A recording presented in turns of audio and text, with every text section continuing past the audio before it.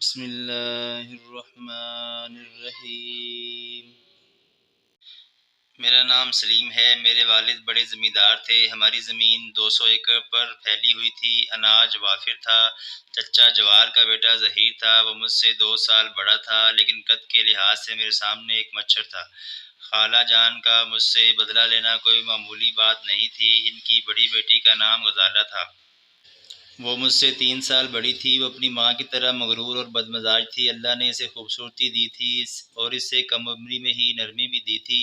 اگر میں انکار کرتا تو مجھے ڈانٹ پلائی جاتی اور سمجھایا جاتا کہ میں چھوٹا بھائی ہوں اور اپنی بڑی بہن کی خدمت کرنا میرا فرض ہے، تو یہ بھی سمجھایا جاتا کہ میں بڑا بھائی ہوں اور بہن کی بات ماننا بھی ان دنوں میرے پھر فرض ہے۔ میری عمر 15 سال تھی اور میری بہن کی عمر 18 سال تھی۔ خالہ اسے کہتی تھی کہ میرے ساتھ نہ کھیلو۔ وہ بچپن سے ہی میرے ساتھ کھیل رہی تھی۔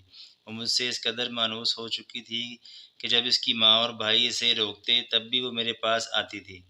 وہ میرے گلے میں بازو ڈال کر مجھے بھائی جان کہتی۔ میری ایک بہن تھی، میری ایک دنیا تھی، میری ایک زندگی تھی۔ ان دنوں چچا جان کاروبار کے سلسلے میں شہر سے باہر گئے ہوئے تھے۔ غزالہ اور ظہیر بچپن میں تھے۔ شائنہ آ کر میرے بستر پر لیٹ گئی کہ شائنہ میرے ساتھ سوتی۔ وہ اجازت دے کر اپنے کمرے میں چلی گئی۔ وہ رات گئے تک شائنہ کو پریوں کی کہانیاں سناتا رہا۔ وہ بچوں کی کہانیاں سنتے سنتے سو گئی۔ نیند میں وہ بہت معصوم لگ رہی تھی۔ میں نے اس کی پیشانی کو پیار سے چوما اور سوچا کہ میری شائنہ آرام سے بستر پر سونے کی عادی ہے اور میں فرش پر اس لیے سوتا ہوں کہ وہ سوتی ہے۔ وہ ایک بھائی کیا بستر تھا، لیکن کاش میری بہن ہمیشہ بھولے بھالے بستر پر سوتی۔ میں اٹھ کر آنٹی کے کمرے کی طرف چلنے لگا تاکہ میں ان سے کہہ سکوں کہ شائنہ کو اٹھا کر اپنے بیڈ پر لے جاؤ۔ آنٹی کے بیڈ روم کا دروازہ اور کھڑکیاں بند تھیں۔ چند لمحے خاموشی رہی، پھر اس کی آواز سنائی دی۔ فرحان کون ہے؟ تم ہو؟ ہاں، شائنہ سو رہی ہے، برائے کرم اسے اٹھاؤ۔ اور وہ بے سہارا فرش پر پڑی ہوگی۔ گدھے نے کہیں اس کے غصے والی آواز سنی۔ جب میں دیکھتا ہوں کہ وہ بحث کرنے میں مصروف ہے تو بھاگو مت، میں جوتے پہن لوں گا، میں بھی بہت ضدی ہوں۔ میں کھڑا ہو کر دروازے کی طرف دیکھنے لگا۔ میں سوتا تھا، لیکن خالہ اس قدر بدمزاج تھیں کہ اٹھ کر دروازہ نہیں کھولتی۔ میں دیر تک دروازے کی طرف دیکھتا رہا۔ وہ کہہ رہا تھا، ڈارلنگ تم پریشان ہو، لڑکا چلا گیا، تمہیں پتہ نہیں؟ آنٹی کی ڈری ہوئی آواز سنائی دی۔ مجھے ایسا لگا جیسے آنٹی کی آنکھیں گھور رہی ہوں۔ میں نے کتنی بار اس کی آنکھیں خواب میں دیکھی ہیں۔ وہ کسی انسان کا بچہ نہیں ہے، وہ شیطان کا بچہ ہے۔ میں نے دونوں ہاتھ آنکھوں پر رکھ لیے اور خیالی آنکھوں سے آنٹی کے بند کمرے کے اندھیرے میں بھٹک رہا ہوں۔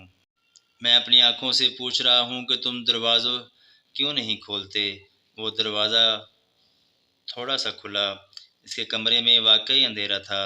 شین کو دیکھتے ہی اس نے دروازہ بند کر دیا کہ تم جاؤ، میں آ رہا ہوں۔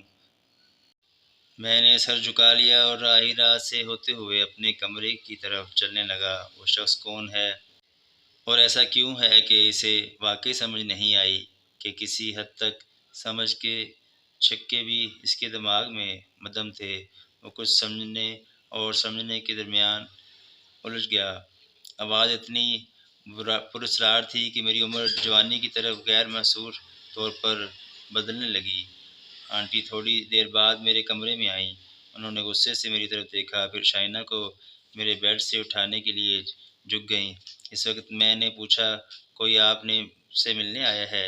اس نے چونک کر میری طرف دیکھا اور کافی دیر تک گھبراتا رہا۔ پھر وہ میری طرف بڑھنے لگا، کہنے لگی، رات کو مجھے کون ملنے آئے گا؟ تمہارا دماغ خراب ہو گیا ہے؟ میں نے تمہارے کمرے میں کسی کی آواز سنی تو پوچھ رہی ہوں۔ اس سے پہلے کہ بات ختم ہوتی اس نے میرے منہ پر تھپڑ مارا۔ پھر میرا بازو پکڑ کر مجھے اپنے کمرے میں لے گیا۔ میں تمہیں زندہ نہیں چھوڑوں گا۔ بتاؤ تمہارے کمرے میں کون ہے؟ آپ کی ماں کا دوست کون ہے جس کی آواز آپ نے سنی ہے؟ میں ان کے سامنے کھڑا تھا۔ میرا چیلنج ایسا تھا کہ وہ قدر حیرت سے مجھے سر سے پاؤں تک دیکھنے لگی۔ میری عمر 12 سال تھی، لیکن میرا قد اس کے برابر تھا۔ شاید پہلی بار حیرت سے میرے قد کی طرف دیکھ رہی تھی۔ دروازہ کھلتے ہی بولی، دیکھو یہاں کوئی نہیں ہے، آپ کو دھوکہ دیا گیا ہے۔ میں نے سنا کہ میں کمرے میں گھس آیا۔ چنانچہ میں صبح سویرے سویا، پھر جب میں نے انکل جان کی گرجدار آواز سنی تو میں نے آنکھیں کھولی اور جلدی سے اٹھ کر بیٹھ گیا۔ وہ غصے سے صفا اور ٹیپ کھا رہے تھے۔ نمک پلیٹ میں سوراخ کرتا ہے جیسے کھایا جاتا ہے۔ کیا میں تمہیں اس دن کے لیے اٹھا رہا ہوں؟ میں کچھ سمجھے بغیر اٹھ کر کھڑا ہوا اور ہاتھ ہلا کر چچا کی طرف دیکھ رہی تھی۔ چچا جان نے کہا، ہاں؟ پھر اس نے مجھ سے بات کی، پھر کل رات تم نے شائنہ کو پیار کیا؟ میں نے اس بات میں سر ہلایا۔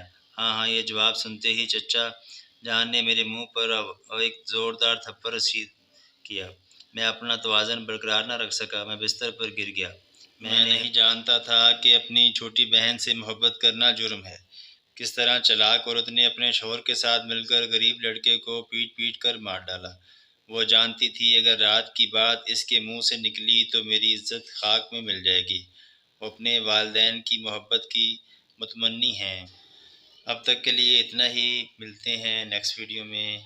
اللہ حافظ۔